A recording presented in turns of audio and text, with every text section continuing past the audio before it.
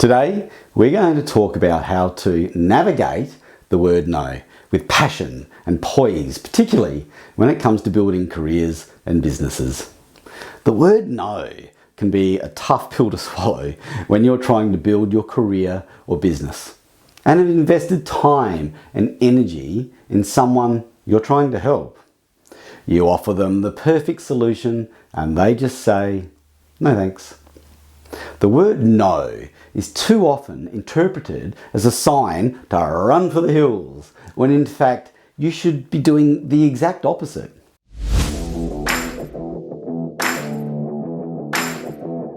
Hello my friends, my name's Graham, but my friends call me Coach Grazy. Today I'm going to help you navigate through the initial negative emotions associated with the word no. The information you're about to learn is extremely powerful, and when you implement the 5 simple steps in the free download, the word no will absolutely excite you rather than scare you. When it comes to building a career or business, the word no is classified as a sales objection. And a sales objection is simply an explicit expression by a buyer that a barrier exists between the current situation and what needs to be satisfied before buying from you. Beyond that, it's an indication that the buyer is engaged, which is exactly what we want. A no simply means you still have some work to do. Now, have you ever been in a conversation with a friend, a partner or family member who was feeling, a little low, not quite themselves? And without any real conversation, you simply ask them, hey friend, are you okay? More often than not, they'll say, yes, I'm fine. Then when you ask, is there anything I can do to help? They simply say, no thanks, I'm fine. We know they could use our help and that we truly have some help to offer, even if it's just a shoulder to lean on. But because we have not engaged in a deep and meaningful conversation, and more importantly, listened intently and fully to their needs, we're unable to make a meaningful connection in that moment. The biggest error made, even in short conversations, is we do not listen to understand. We listen to reply. I'm going to say that again, and I want you to block out all other thoughts from your mind. Just listen to me. Listen to me fully to understand what I'm saying. Because as soon as you get this, and you can rectify the issues that you might already have with it, everything will change for you in both your personal and work life. Okay, here it comes. Ready? The biggest error made in conversation is we do not listen to understand. We listen to reply. Let's bring this back to a scenario where we're in a conversation with a prospective client who says something like, my life is so busy, I don't have the time to work on my health and fitness at the moment. Now, your first reaction when you hear this objection might be to respond immediately. Give them your solution, because as you were hearing their words, you were actually thinking about how you're going to respond. Learn to resist this temptation. When you react too quickly, you risk making assumptions about what's being said.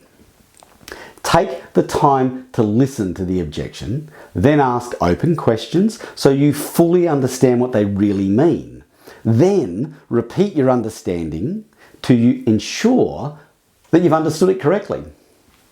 Now, when I'm training people to do this, I will get them to record the conversation they're having. Then, when we play it back, we use a stopwatch to measure the percentage of time you and your prospect are speaking. Now, if you're speaking more than 20% of the time, you're not asking enough questions or listening effectively. Another skill to master is when someone says no, do not react defensively. Train yourself to pause, breathe, and then ignore any negative emotions you may be feeling. So you stay focused on what the buyer is actually saying, which leads you to narrow in on the actual problem they have. When this is done from the heart, with care and with authenticity, the connection made is strong and it's very real. Listen to the intent and fully understand the buyer's concerns without bias or anticipation, and allow your body language and your verbal communications to communicate to the buyer that you really are listening intently. Many objections hide underlying issues the buyer can't or isn't ready to articulate. Often the true issue is not what the buyer is telling you first. It's your job to get to the heart of the objection and then fully understand it and its true source. A common objection in the health and fitness industry is, I don't have the time or money right now for a consult or a membership.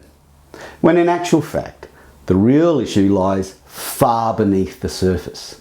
The real issue could be, I'm actually embarrassed about how I look, or I'm feeling depressed and anxious. I'm scared about putting myself out there. I really don't know what I'm doing and I always fail when I try anything like this, and the list goes on and on. To understand an objection completely, you must ask permission from the buyer to understand and explore the issue. Once explored, restate the concern as you understand it. Sometimes when you restate the objection, the buyer sees the issue more fully themselves, and you get closer to the true source of the objection as a result. Even after the buyer confirms and you believe that you understand perfectly, ask what else and why questions for clarification. Often it's the answer to the last what else that confirms the biggest barrier to moving the sale forward, so we can then help this person. After you're confident you've uncovered all the objections, address the most important objection first. And once you work through the greatest barrier to moving forward, other concerns may no longer matter or feel as important to the buyer. Once you've responded to the buyer's objections, check if you've satisfied all of their concerns.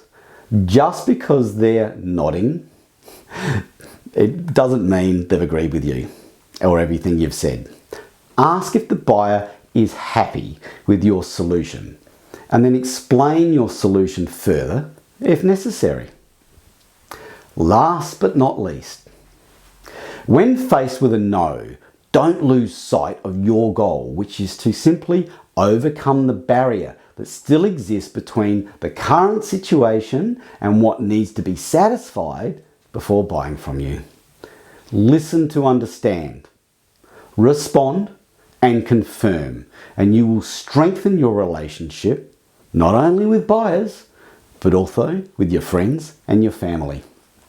Okay, if you've made it this far into my presentation, I want to congratulate you right now, as that makes you someone who actually wants to listen and learn and grow. You're 1 in a million, my friend, and I sincerely appreciate you. It's now time to download the free worksheet and use its 5 simple steps to help you learn and master what we've just run through. If you want extra help with this or anything else, simply contact me on Instagram or Facebook. You can find me at coach_Grazy. That's coach_Grazy.